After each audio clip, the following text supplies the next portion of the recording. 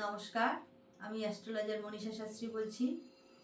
আমাদের রাশিচক্রে লগ্নপতি যদি কোনো শুষ্ক রাশিতে থাকে বা শুষ্ক গ্রহের রাশিতে থাকে তাহলে কিন্তু এইটাকে কৃষাঙ্গ যোগ বলা হয়। আসলে কৃষাঙ্গ যোগটা আসলে কি? অনেক সময় দেখা যায় যে অনেক জাতক জাতিকা দিনের পর দিন অসুস্থ হয়ে যাচ্ছে, তাদের মানসিকভাবে তারা ভীষণভাবে ভেঙে পড়ছে, তাদের শরীরের নানান ধরনের কিছু না কিছু রোগ প্রতি মুহূর্তে যন্ত্রণাদায়ক হয়ে যাচ্ছে। তারা হয়তো ভালো ভালো ডাক্তার দেখাচ্ছে বা ভালো খাবার খাচ্ছে, কিন্তু কিছুই তারা রিমুভ করতে পারছে না, এখান থেকে তারা কিন্তু বেরিয়ে আসতে পারছে না।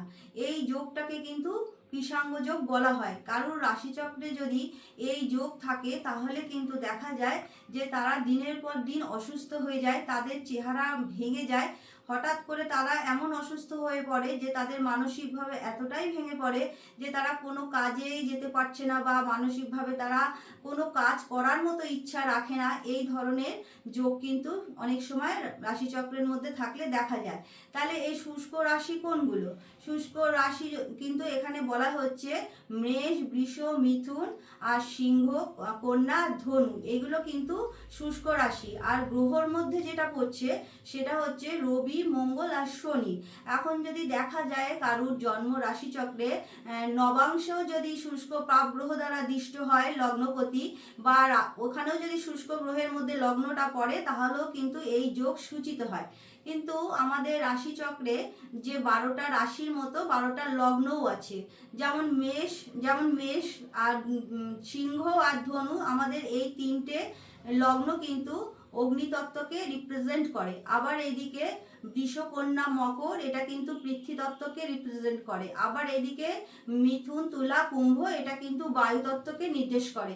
আবার কর্কট, বৃশ্চিক, মীন, এটা কিন্তু জলতত্ত্বকে নির্দেশ করে। এবার আমাদের ইন্ডিভিজুয়াল রাশিচক্রটা কিন্তু দেখার দরকার, কারণ প্রত্যেকটা লগ্নই কিন্তু আলাদা আলাদা একটা ভূমিকা আছে। ধরুন কারোর মেষ লগ্ন বা কারোর ধনু লগ্ন, সেখানে কিন্তু সেই সব জাতক জাতিকা কিন্তু চেষ্টা করে মানসিকভাবে স্ট্রং থাকার জন্যে।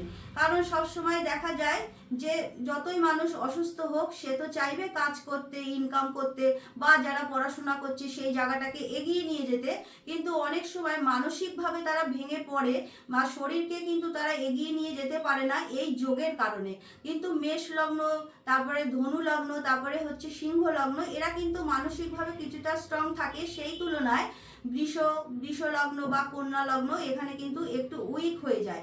তা সেই জন্যে যেসব জাতক জাতিকার এই যোগ সূচিত হয় সেখানে কিন্তু ভালোভাবে ইন্ডিভিজুয়াল ছকটাকে ভালো করে এখানে বিশ্লেষণ করার দরকার, কেন তারা দিনের পর দিন এরকম অসুস্থ হয়ে যাচ্ছে। আর কোনো মানুষ যদি শারীরিকভাবে অসুস্থ হয়ে যায় তাহলে কিন্তু সে কোনো কিছুই সঠিকভাবে করতে পারে না। তারপরেও আমাদের রাশিচক্রকে দেখতে হবে মঙ্গলের, যেহেতু শুষ্ক রাশির মধ্যে রবি, মঙ্গল, শনি পড়ছে, সেই জন্যে স্বভাবতই মঙ্গল আর শনির প্লেসমেন্টটা কোথায় আছে দেখতে হবে।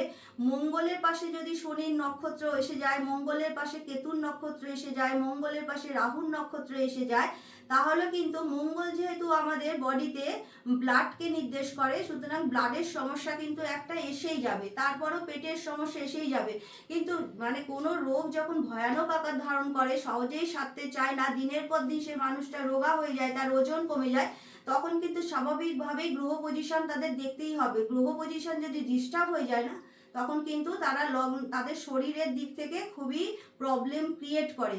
তা আমি একটি মন্ত্র বলছি, সেই মন্ত্রটা যদি যারা এরকম কন্ডিশনে রয়েছেন, অসুস্থ হয়ে যাচ্ছেন বা সুস্থ হতে পারছেন না বা কোনো কিছুতেই আপনারা রিকভারি করতে পারছেন না, সেখানে দাঁড়িয়ে ওং জুং স, এই মন্ত্রটা যদি আপনারা রোজ 108 বার করে পাঠ করেন অনেক ভালো রেজাল্ট পাবেন।